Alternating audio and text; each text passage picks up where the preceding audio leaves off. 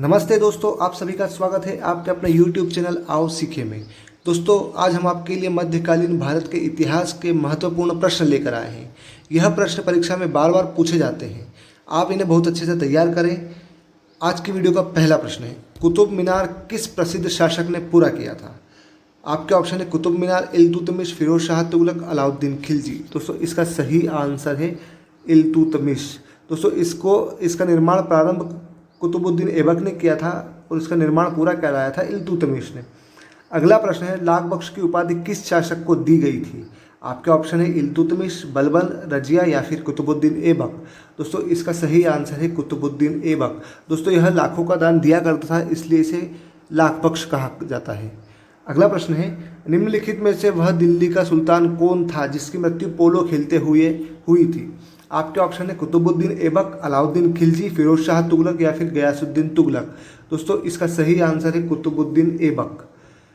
अगला प्रश्न है, उत्तरी भारत की प्रथम मुस्लिम महिला शासक थी? आपके ऑप्शन है रजिया सुल्तान, मुमताज, नूरजहां या फिर इनमें से कोई नहीं। दोस्तों, इसका सही आंसर है रजिया सुल्तान।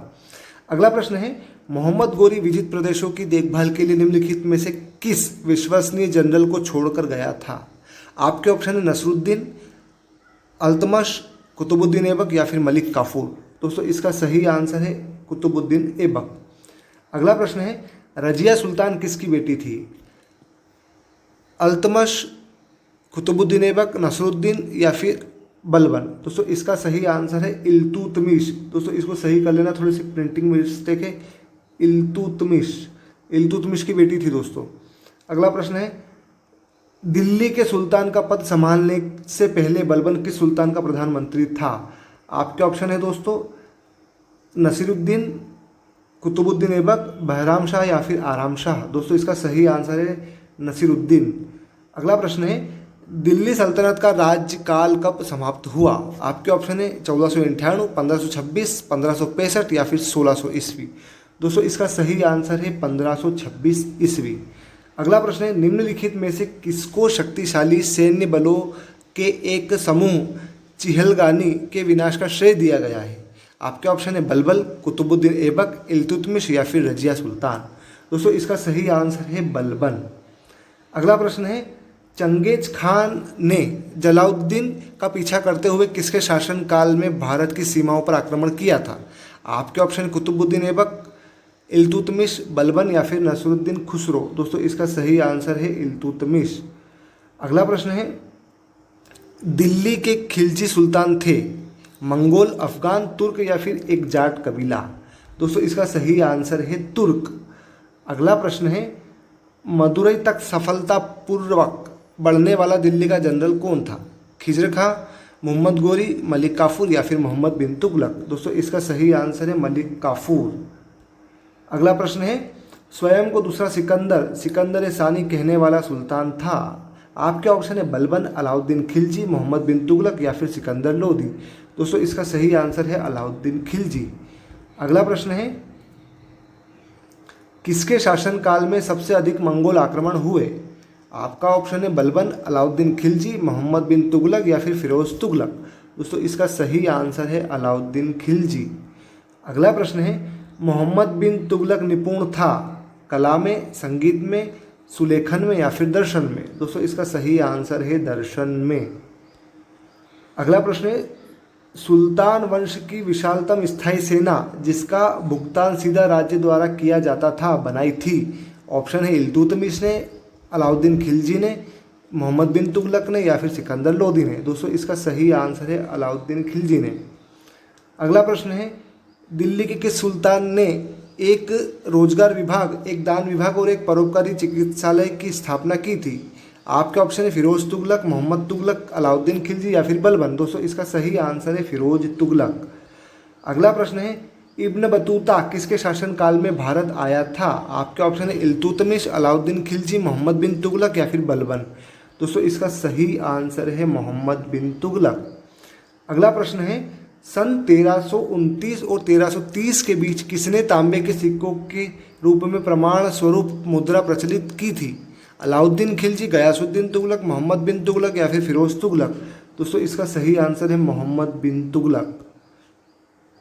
अगला प्रश्न है दोस्तों, दिल्ली के निम्नलिखित सुल्तानों में से किसे इतिहासकारों ने विरोधों का मिश्रण कहा है? आपके ऑप्शन है बलबन, अलाउद्दीन खिलजी, मोहम्मद बिन तुगलक या फिर इब्राहिम लोदी। दोस्तों इसका सही आंसर है मोहम्मद बिन तुगलक।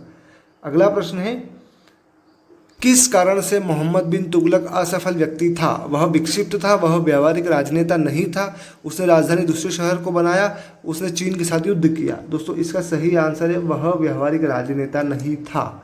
अगला प्रश्न है, किस वंश के सुल्तानों ने सबसे अधिक समय तक शासन किया? आपके ऑप्शन है खिलजी वंश, तुगलक वंश, दास वंश या फिर लोधी वंश। दोस्तों इसका सही आंसर है तुगलक वंश। अगला प्रश्न है, लोधी वंश की स्थापना किसने की थी? इब्राहिम लोदी, सिकंदर लोदी, बहलोल लोदी या फिर खिज्र लोदी। दोस्तों इसका सही आंसर है बहलोल लोदी। अगला प्रश्न है, निम्नलिखित में से किस शासक ने सिंचाई तथा लोक निर्माण कार्य पर पर्याप्त धन दिया था? आपके ऑप्शन है मोहम्मद बिन तुगलक, अलाउद्दीन खिलजी, फिरोज तुगलक या फिर गयासुद्दीन तुगलक। दोस्तों इसका सही आंसर है फिरोज तुगलक। अगला प्रश्न है, आगरा नगर की स्थापना निम्नलिखित में से किसके द्वारा की गई थी? फिरोज तुगलक, मोहम्मद बिन तुगलक, अलाउद्दीन खिलजी या फिर सिकंदर लोदी। दोस्तों इसका सही आंसर है सिकंदर लोदी। सिकंदर लोदी के द्वारा आगरा शहर की स्थापना की गई थी। अगला प्रश्न है, लोदी वंश का अंतिम शासक कौन था? बहलोल लोदी, इब्राहिम लोदी, दौलत खां लोदी या फिर सिकंदर लोदी। दोस्तों इसका सही आंसर है इब्राहिम लोदी। अगला प्रश्न है, बहमनी राज्य की स्थापना निम्नलिखित में से किसके द्वारा की गई थी? अहमद शाह प्रथम, अलाउद्दीन हसन, महमूद गवान या फिर फिरोज शाह बहमनी। दोस्तों इसका सही आंसर है अलाउद्दीन हसन। अगला प्रश्न है, कुतुब मीनार का जैसे हम आज उसे देखते हैं अंततः पुनः निर्माण किया गया था? बलबन द्वारा, अलाउद्दीन खिलजी द्वारा, सिकंदर लोदी द्वारा या फिर फिरोज तुगलक द्वारा।